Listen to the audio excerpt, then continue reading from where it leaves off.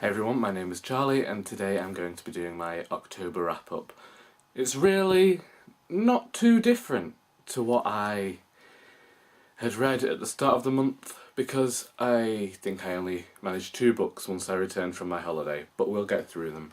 The first book was The Luminaries, and if you go to my last video you'll be able to see what I thought about this book, but needless to say I finally understand why it won the Booker in 2013. I thought that the book was phenomenal and a really, I don't know whether I'd say enriching experience, but I think it's a book that people should read, have they the time, for 800 plus pages. These books I won't be saying what they're about because, again, as I said, I've mentioned them a lot. Offices by Ethan Cohen, which is a series of short plays, and I gave it 4 stars. Next I read Mrs. Dalloway by Virginia Woolf. I gave this book 5 stars. I think it's amazing. I'm probably going to be rereading it again quite soon alongside The Hours. I just don't know when I'll get around to that because I have quite a lot of books I need to read. Next I read Harry Potter and the Philosopher's Stone, the illustrated edition, which is obviously by J.K. Rowling with illustrations by Jim Kay.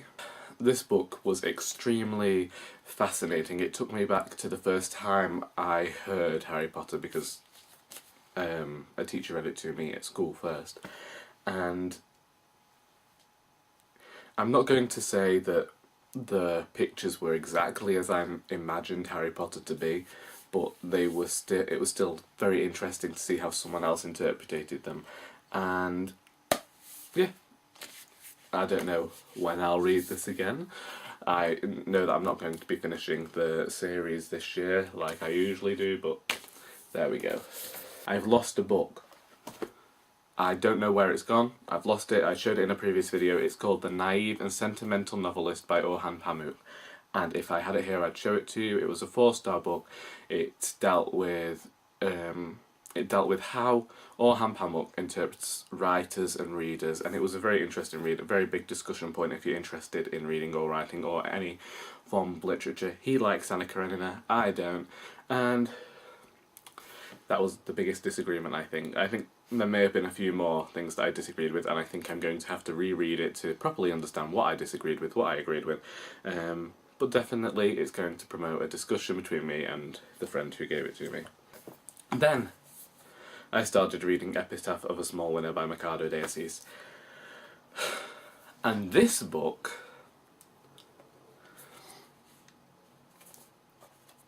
follows a dead protagonist. You are told from the start that the man is writing about his life from beyond the grave, and it's an experimental novel, and the chapters are exceptionally short, and it follows this man's life, but it also, I feel like it talks to the modern age, even though it was written in the 1800s, simply because the protagonist will often cut short chapters simply because he says, well, the reader doesn't want to know about this, the reader wants to know about this, and he's very conscious of what the reader wants. I think it speaks to this thing of everyone saying that we don't have as much time and we don't have enough time to concentrate on things. And therefore, I think I gave this book 4 stars.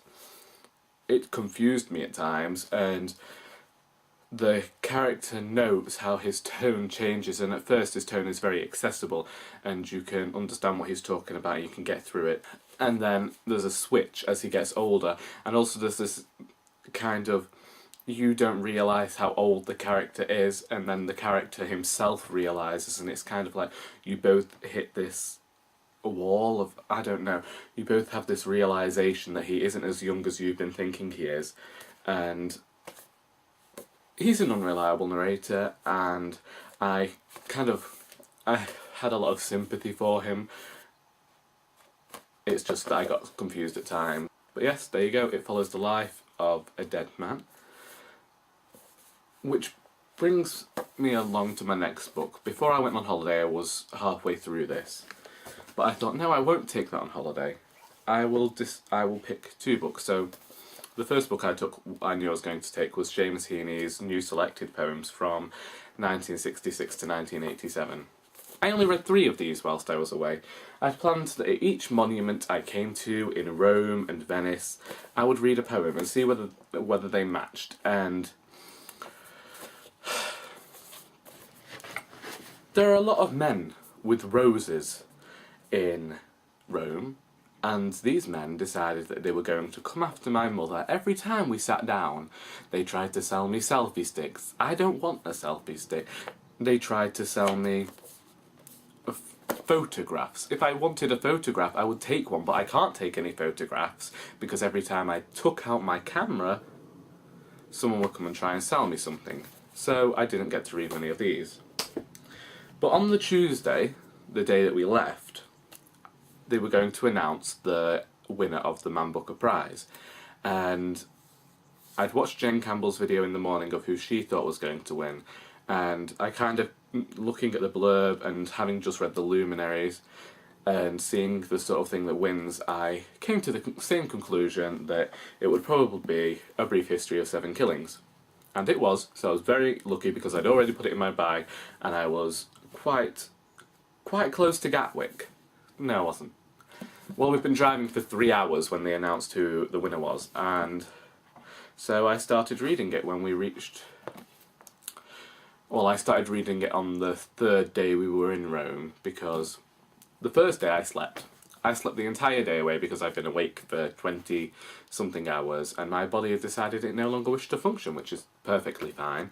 And then certain things happened, like we couldn't find a bus stop. We were actually quite a long way out of Rome, in what I described as the Moss side of Rome.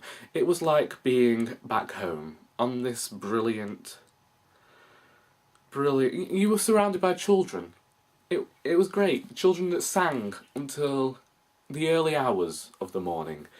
And when you're tired, it doesn't really work. And then people were screaming at each other to shut up, and everything was just going fine. So then we had the day in Rome, which promoted my deep-seated dislike for Rome and the reason I never intend to go back, which is why on the third day we decided to stay in the hotel, and I read 100 plus pages of A Brief History of Seven Killings. And if a smarter me... Oh, I did.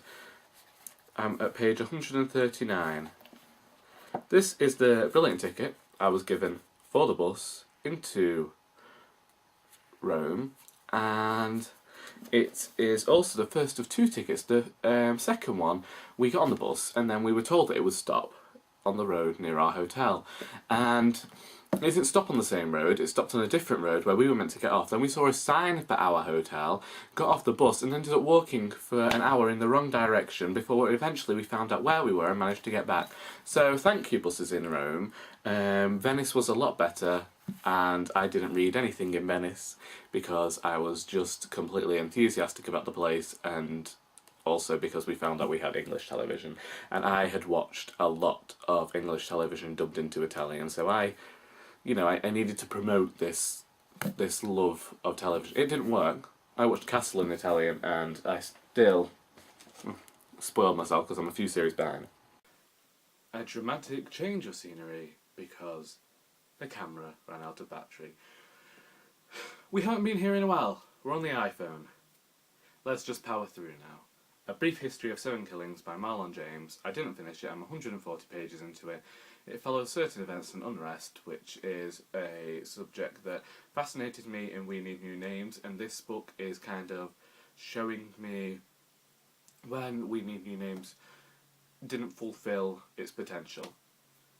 Now that's been said, I didn't finish the book because I didn't. Anyway, the next book that I was going to listen to was Our Mutual Friend by Charles Dickens. It's his last novel.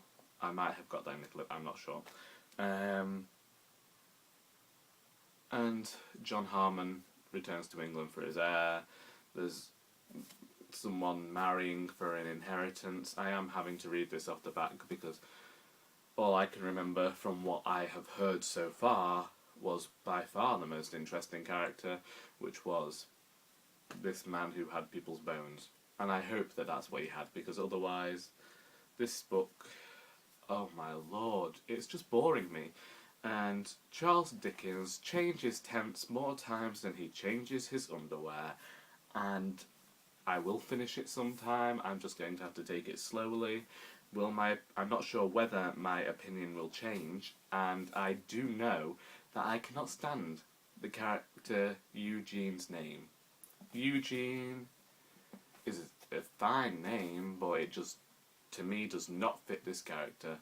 But maybe it did for Dickens. I don't know. But anyway, I didn't finish this book. Then I had an event where I read from my book, Our Doris, and I was there with Margaret Holbrook, who read from another book that I'll be showing you, and Joy Winkler, who was former Cheshire Poet Laureate. Anyway, Margaret has this new book out, which is Hurricane Jess, which is a children's book, and it was illustrated by a friend of ours, Karen Ross, who has exceptionally good illustrations, and you can't see, there we go, that's one of the illustrations. And it follows in a similar vein, and I bought a few of these copies for younger family members, so this has been read. It's not going on any reading list, it was just that I happened to read it whilst I was waiting to pay. I decided to read Picking the Bones by Margaret Holbrook, which is a series of tales in the folk tradition, and they are not retellings of folk tales, they are folk tales that she has made up herself, told in the folk tradition, because she really enjoys that genre. There we go, I need to move the book away from my face. It's brilliant. I gave it 4 stars. The stories are exactly what you expect from folk tales. You can tell that Margaret has a real interest, and Crow Song I've heard it a few times. There is a video somewhere on YouTube, I might find it and link it. But it is very popular, and a few people have read it and enjoyed it, and I enjoy it, and I can't be sure what my favourite story is. But they're just what I like. It's not magic realism by any means, but the magic is part of the everyday, and it's not questioned. So I recommend this book. I recommend this book quite a lot, and if you want something, short stories to read, which I did at the time, and I needed something else to read as well. And I wanted something for Halloween, because Dracula, well, we'll get to Dracula in a minute, but Dracula did not get read. It proved to be too long to read in the time that I had, so Picking the Bones was just what I needed for Halloween, and it had that spooky feeling, but there are also stories that would you know, warm your heart. So there you go, Picking the Bones. And then Dracula. I am 40 pages into Dracula. I enjoy this book immensely.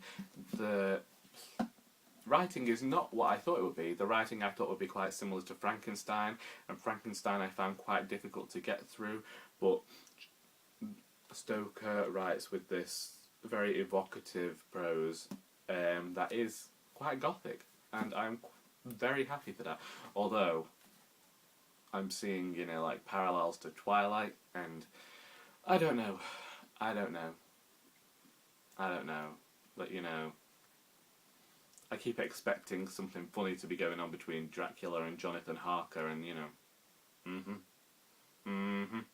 we'll see. We'll see. There's some fanfiction for you. Someone go and write me that story. I probably won't read it, but I keep imagining that's where this story's going. And I didn't get to read Maggie Gee's Dying in Other Words. I kind of swapped it out for Epitaph of a Small Winner, but I still intend to read this at some point. Those are the books I read in October. I'm not going to do a November to be read, because I'm participating in NaNoWriMo again. I've done it for 7 years in a row. 7. I have won it that many times, and I am nothing if not competitive, so I have to try again. And this year, I am completely lost. This NaNoWriMo, I'm writing a travelogue of what happened in Rome and Venice, and there we go. I'm going to end this video, maybe. Do I have anything else to talk about? Anyway, you're not getting a November to be read. I will try and make more videos. I was absent for a lot of this month, simply because I was making videos every Friday and uploading them, but now I work every Friday, so I'm having to find a new day to record and do all of that, and we won't talk about the stress or the unrest. We will just leave it at that. I hope to read more books in November. I hope to write more because it's good for my soul.